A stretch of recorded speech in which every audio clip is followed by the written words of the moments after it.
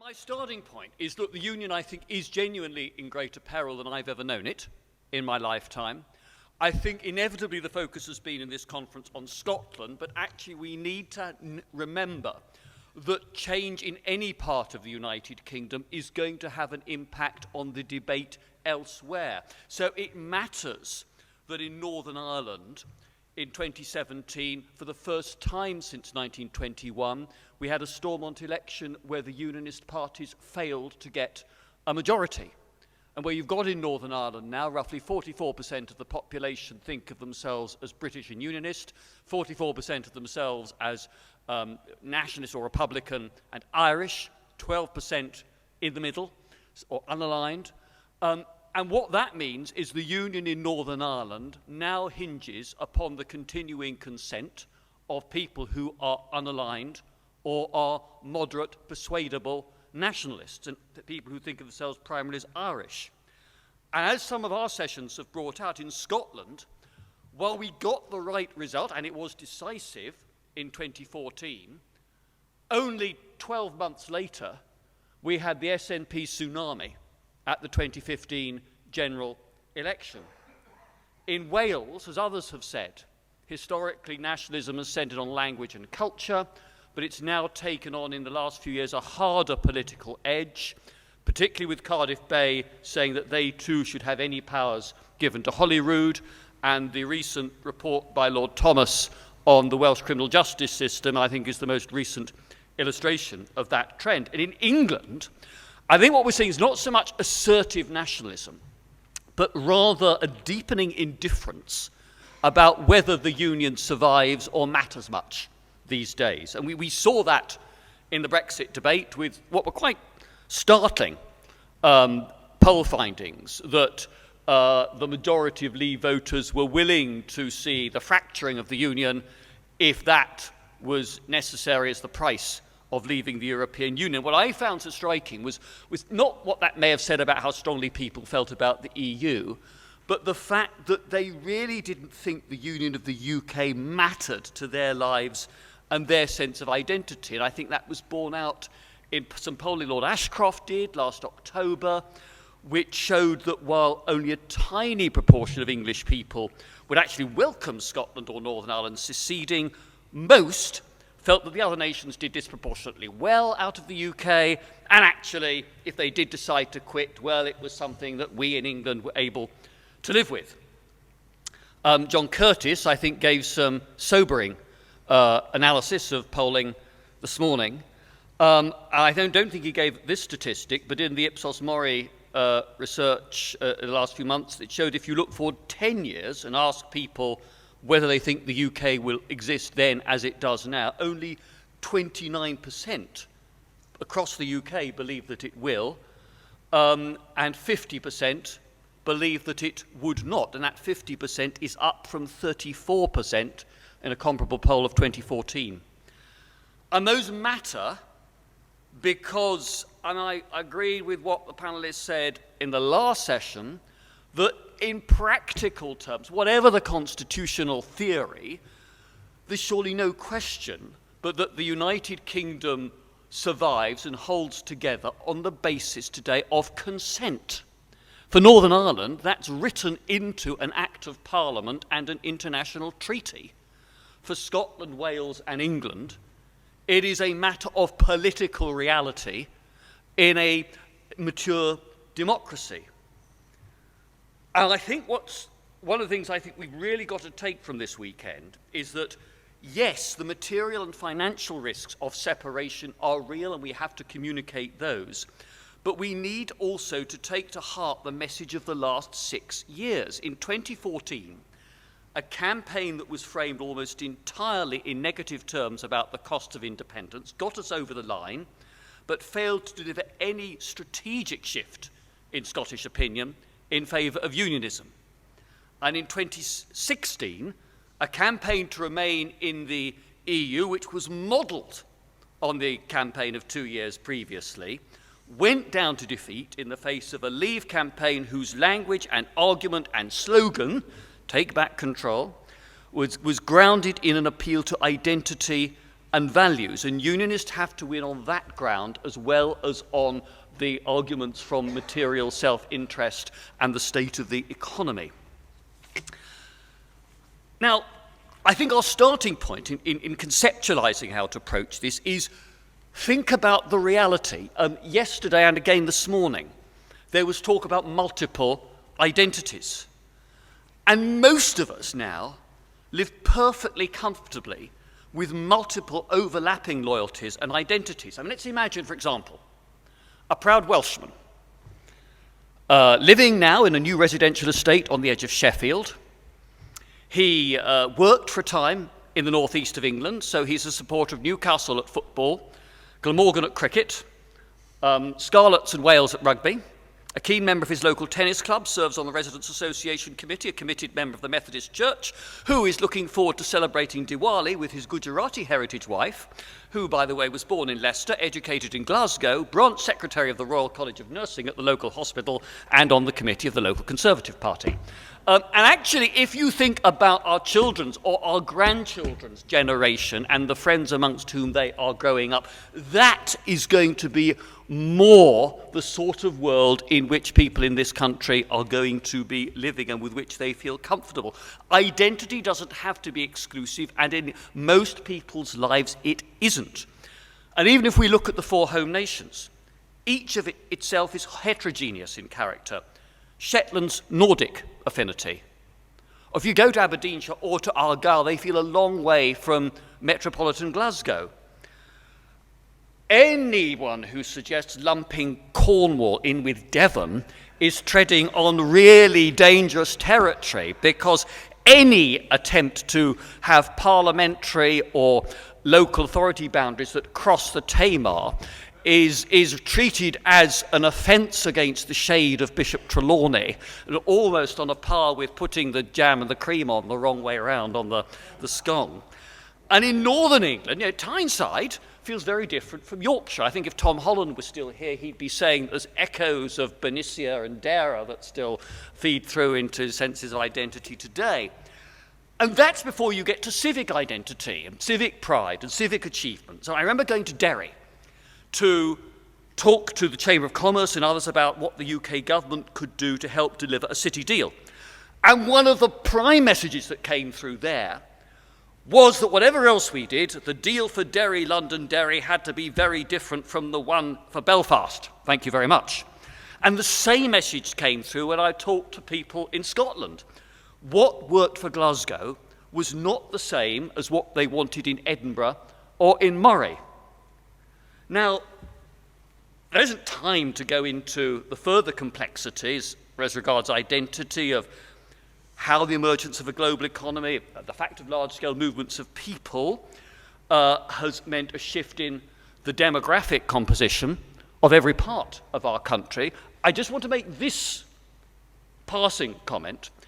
It's a mistake to think that this is something that is affecting inner cities only. In my old Aylesbury constituency, the town of Aylesbury made up more than half my electorate. And when I went into a school assembly in the town in recent years, I reckon that between a quarter and 2/5 of the children there came from Commonwealth or Central European communities. And for those children, let alone their descendants, ideas about identity that are based on some 19th century notion of ethnic or linguistic homogeneity are simply going to be meaningless, if not utterly repugnant. So what do we do? Now, I agree with those who said that it ain't usually a success if politicians try to instill new cultural norms and principles upon the people whom they are representing. So I think the challenge, certainly at the political level, is how can we try to ensure our state institutions reflect both the importance of the union, but also the fact that that union is diverse, multi-layered, and with the capacity to change. Yes, we do need stories. We do need narratives. We do need the right three-word slogans. But those, if they're to work, have got to be grounded in something that people recognize as compatible with their lived experience. And that is one of the lessons we should take from the Leave campaign over Brexit, that those slogans worked because it chimed with the sense of discontent that people had about the way the world was organised and affected them. So first, if the political and constitutional system that exists is failing to deliver what people want and expect, whether they define that in terms of living standards or the quality of public services or security, discontent will fester and grow. So the present government's declared intention to give a boost to people who feel left out and left behind is right, and it is directly relevant to the challenges that we have been talking about this weekend. But I don't think that any of that can be achieved just by issuing instructions down from Whitehall. I mean, for such ambitious policies to work, they're going to have to be tailored to the different needs of different parts of the country. And the people living there, as a point Andy Burnham made yesterday, will need to feel that they have a stake in its success. And I came to the conclusion when I was working at the Cabinet Office that whether you're talking about delivering an industrial strategy or high-quality apprenticeships or integrated transport or a joined-up plan to implement zero carbon, we're likely to get better and faster results and encourage innovation and experiment if those things are done by central government working in genuine partnership with elected local and regional leaders who themselves then use their convening power to rally business, education and cultural and third sector leaders, and through their endorsement give democratic legitimacy to that plan at local or regional level. And Andy talked yesterday about how that model of devolved government had given a new sense of opportunity and energy to leaders in Greater Manchester. And I'd say if you looked at Andy Street in the West Midlands, or Ben Houchin in Tees Valley, or James Palmer in Cambridgeshire and Peterborough, you can see the same phenomenon at work in other parts of the country too. So I think the government should embrace and extend its experiment with elected mayors. And yeah, the powers may vary a bit from one place to another, but we can learn from experience what works best and adjust. And I think that the government too, we're going to have an answer for delivering results in England, needs to grasp the challenge of devolving power to non-metropolitan areas. My own view is that outside the Mets, unitary county and borough authorities are the way forward, with those authorities then able to pool particular powers through a combined authority if they choose to do so. And we could end up with a system in England that's messy and inconsistent. Thames Valley works well as a combined police authority covering 3 counties, and I've long thought it would be logical to have the other emergency services and probably healthcare and criminal justice organised on that same basis.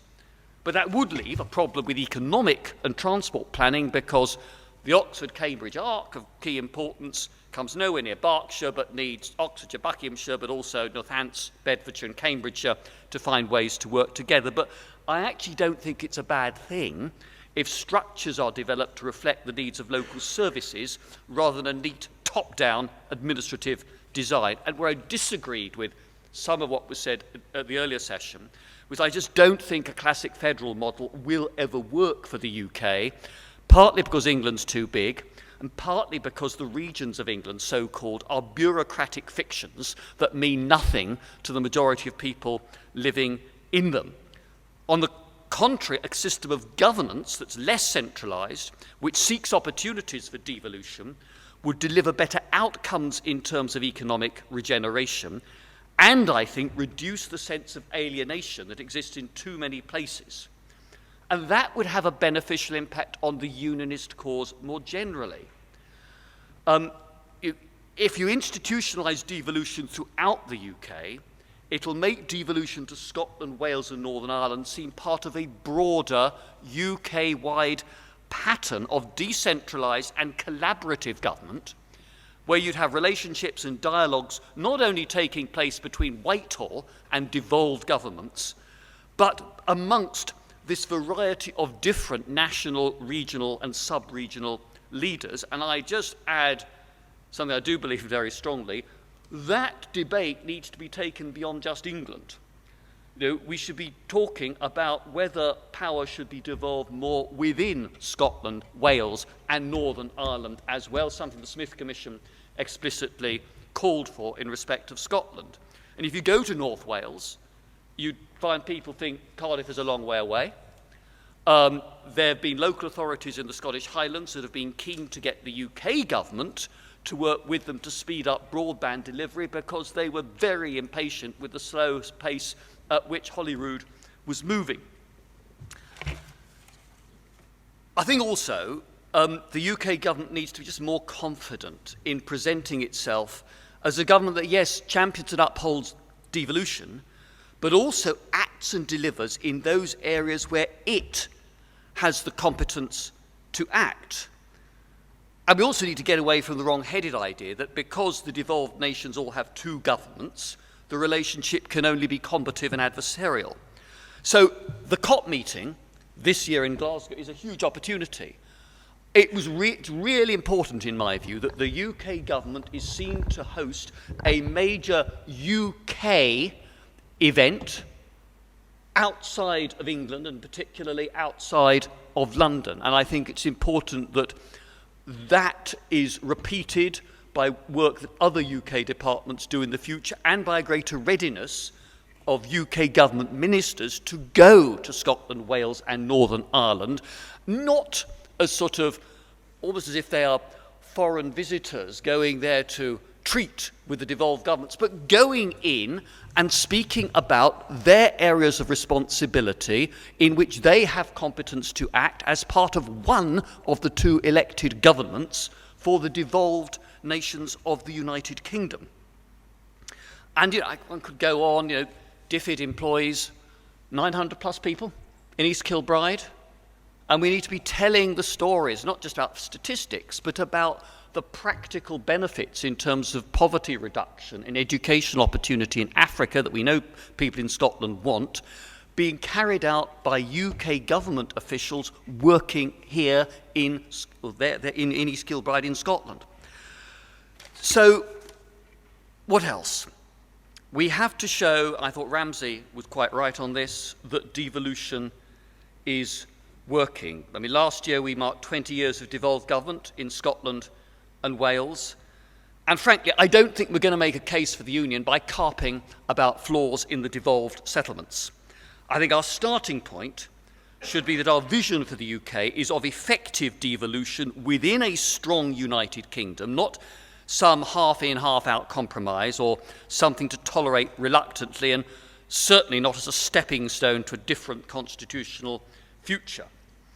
Now, it does present challenges, and it's sometimes overlooked. When devolution was introduced in 1998, one political party had control, had majorities in Westminster, Holyrood, and Cardiff Bay. And, if one's absolutely honest, Gordon could usually sort things out with a couple of phone calls if there were any tensions. So now, a different party is in charge in each jurisdiction. And in Northern Ireland, the need for cross-community consent for the executive to take any clear position is an extra layer of complexity. But we shouldn't kid ourselves. We're never going to persuade the current First Minister of Scotland that devolution is working well. Her one overriding strategic objective is independence, and everything else is about assembling the grievances to justify that objective. But it's not her, and it's not the ardent nationalists we've got to persuade. It's the pragmatic, sensible, moderate people whose votes will determine whether the UK survives or not. When I met the distillers on Islay, see, I get some good political gigs, they were clear about their priority. I mean, they wanted their roads fixed to cope with the number of whisky tourists now visiting the island. They didn't care very much whose competence it was. They just wanted their two elected governments to sort it out and get the results. And intergovernmental relationships aren't defined by fixed moments or set-piece events and press conferences in Downing Street. What they require is a culture of joint working and constant dialogue embedded between governments that continues in the background, usually away from headlines. And even on the fraught issue of Europe, officials from Whitehall and the devolved departments work together to map out the new UK-wide common frameworks that we'll need now to ensure the preservation of the UK single market, so important to business and consumers in all parts of the country.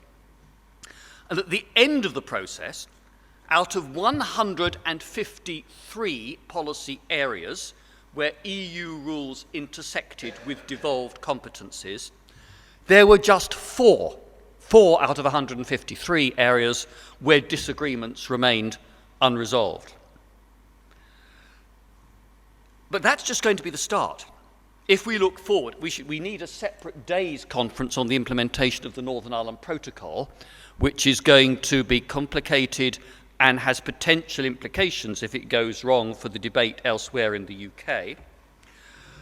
If we look at fisheries, that cuts across both reserved and devolved powers. How will fishing quotas under the new UK regime be allocated between different parts of the UK? How will the new UK Fisheries Act intersect with the responsibilities for fishing policy that under the three devolution acts fall to devolved governments? Clearly negotiations, whether with the EU or Iceland or Norway or anyone else, are a reserved matter. But how will the UK government establish the interests and priorities of the devolved administrations, and what criteria and what process would apply to resolve any disputes? David, I don't want to interrupt you, but I want to get some questions in. I'll bring this in. Right. The same points could be made about trade, where the trade agreements are reserved, implementation of them will often require devolved governments to act and parliaments to legislate. So getting this all to work seems to me to be important. And establishing that habit, that culture of working together, is going to be as important as the formal arrangements that I think do need to be made. We'll need something like a JMC or sort of rechristened JMC type arrangement so that there's constant dialogue formally between the governments. I think there should be much more conversation between Westminster and the devolved parliaments, parliamentarian to parliamentarian, subject by subject. And so there is a constructive agenda which, if we get it right, will make it more easy for us to win the argument because the union will seem to be working. This sort of technical stuff isn't going to excite the public. I remember Jim Messina, Obama's campaign director, talking to Conservative MPs a few years back, and somebody said to him, how much time a week does the average citizen spend thinking about politics? The answer was 8 minutes. When it's Mrs. Miggins in Auchtermuchty or anybody else, what they are looking for is results. Is the system delivering for them?